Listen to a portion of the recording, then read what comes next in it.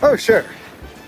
A couple days worth of gravel riding dust on your bike. People are like, wow, that bike's seen some miles. Where's it been? Where's it going?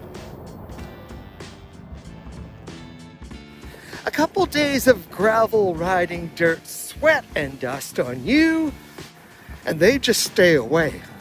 So, Neil, how do you keep your gear clean while riding across the country?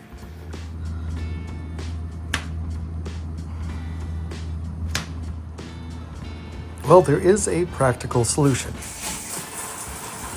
Available at hotels, hostels, and better campsites. Most cycling clothing prefers hand wash anyway.